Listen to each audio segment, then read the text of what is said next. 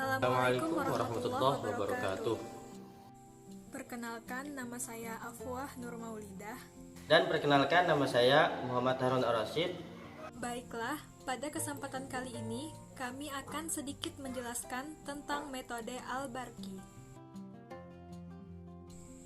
Al-Barqi adalah salah satu metode pembelajaran Al-Quran dengan sistem 8 kali pertemuan sudah bisa membaca Al-Quran. Secara bahasa, Al-Barqi berarti secepat kilat. Sehingga metode ini dirancang supaya peserta didiknya mampu membaca Al-Quran dengan cepat. Metode Al-Barqi ini ditemukan oleh Kiai Haji Muhajir Sultan. Beliau adalah dosen IAIN Sunan Ampel, Surabaya. Salah satu latar belakang Kiai Haji Muhajir Sultan dalam pembuatan metode ini adalah masih banyak anak-anak bahkan orang dewasa yang masih kesulitan dalam belajar membaca Al-Quran. Menurut beliau, metode pembelajaran dengan menghafal atau mengenal dari huruf hijaiyah, alif, ba, ta, dan seterusnya masih kurang efektif, sehingga beliau membuat metode Al-Barqi ini supaya menjadi metode yang cepat, mudah, gembira, dan anti lupa, yaitu salah satu caranya dengan menggunakan sistem kata lembaga atau kata kunci. Nah, dalam metode Al-Barqi ini menggunakan 4 kata lembaga atau kata kunci. Yang pertama yaitu ada raja, yang kedua maha kaya, yang ketiga kata wana, yang keempat sama laba. Nah, dari masing-masing kata lembaga ini, satu kata lembaga mengandung 4 suku kata, sehingga dengan menghafal 4 kata lembaga, maka peserta didik sudah menghafal atau mengingat separuh huruf hijaiyah. Selanjutnya yaitu prinsip metode Al-Barqi. Yang pertama, metode ini menggunakan titian ingatan untuk mengenalkan bunyi dan huruf. Kemudian yang kedua, menggunakan kemiripan bentuk dan bunyi huruf untuk mengenalkan huruf di luar kata kunci.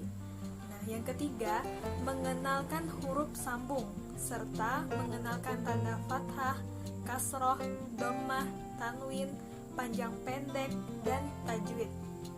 Yang terakhir, metode Al-Barqi ini cocok untuk orang dewasa maupun anak-anak. Langkah-langkah penerapan metode Al-Barqi. Yang pertama, phase analitik. Guru mengucapkan kata lembaga yaitu a, da, ro, za. Tidak boleh diejak. Murid menirukan sampai hafal. Yang B, phase sintetik, yaitu satu huruf suku digabung dengan yang lain hingga berupa suatu bacaan. Contohnya adalah menggabungkan setiap suku kata sehingga menjadi suatu kalimat yang mudah dihafal, seperti ada roja maha kaya. Dilakukan berulang-ulang agar peserta didik hafal dengan huruf tersebut. C, phase penulisan, yaitu peserta didik menebali tulisan yang berupa titik-titik dengan pensil. D, phase pengenalan bunyi, fathah, kasroh, dan dhammah. Cara pengenalannya ada 3 tahap. Yang pertama, ada roja, itu yang bagian fathah. Yang kedua, idiriji, yaitu adalah kasroh. Yang ketiga, uduruju, yaitu adalah dhammah. Masuk phase selanjutnya, phase pemindahan, yaitu pengenalan terhadap bacaan atau bunyi Arab yang sulit, maka didekatkan pada bunyi-bunyi Indonesia yang berdekatan. Contohnya, huruf A didekatkan dengan huruf A, huruf Fa didekatkan dengan huruf Wa, huruf H didekatkan dengan huruf H. F. Phase pengenalan mat bacaan panjang, yaitu mengenalkan peserta didik pada bacaan-bacaan panjang. G. Phase pengenalan tanda sukun, yaitu mengenalkan peserta didik pada bacaan-bacaan yang bersukun atau baca-bacaan yang mati, yang tidak berharokat. Pada metode Al-Barqi, pengenalan tanda sukun menggunakan titian yang berurutan seperti saba, sabe. H. Phase pengenalan tanda syaddah, yaitu mengenalkan peserta didik pada bacaan-bacaan yang bersyaddah, berbunyi double atau yang kita ketahui adalah bertasdid. Pengenalannya yaitu dengan titian berurutan seperti masa, mas, masa. Ya, phase selanjutnya, phase pengenalan huruf yang tidak dibaca, yaitu mengenalkan peserta didik pada huruf yang tidak mendapat tanda saksi atau harokat atau tidak dibaca. Contohnya yaitu pada bacaan wasta'inu, wassama. Kemudian dijelaskan kepada peserta didik bahwa huruf alif dan alif lam dianggap tidak ada. Phase pengenalan bacaan yang muskil, yaitu mengenalkan peserta didik pada huruf yang biasa dijumpai di Al-Quran. Phase pengenalan huruf putus, contohnya qaf, kalau tidak disambung tulisannya seperti itu.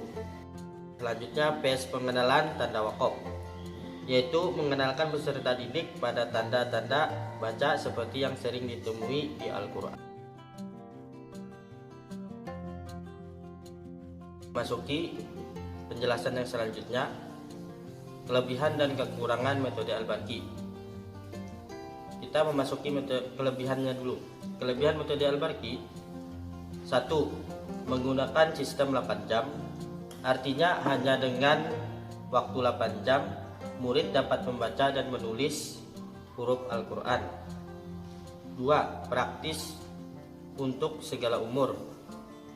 3. Menggunakan metode yang aktual, yaitu struktur analitik sintetik yang memudahkan murid belajar Al-Quran. 4. Memperhatikan pendekatan, sistematik, dan teknik dalam pembelajaran. 5. Cepat dapat membaca huruf sambung. 6. Bukunya dilengkapi teknik imla yang praktis dan teknik menulis khat, serta dilengkapi dengan buku latihan menulis Al-Barqi. 7. Tidak membosankan karena ada teknik-teknik yang akurat dan menarik seperti menyanyi, permainan, dan lain-lain. 8. Sangat cepat jika dipakai klasikal bahkan masak. Memasuki kelemahan metode Al-Barqi.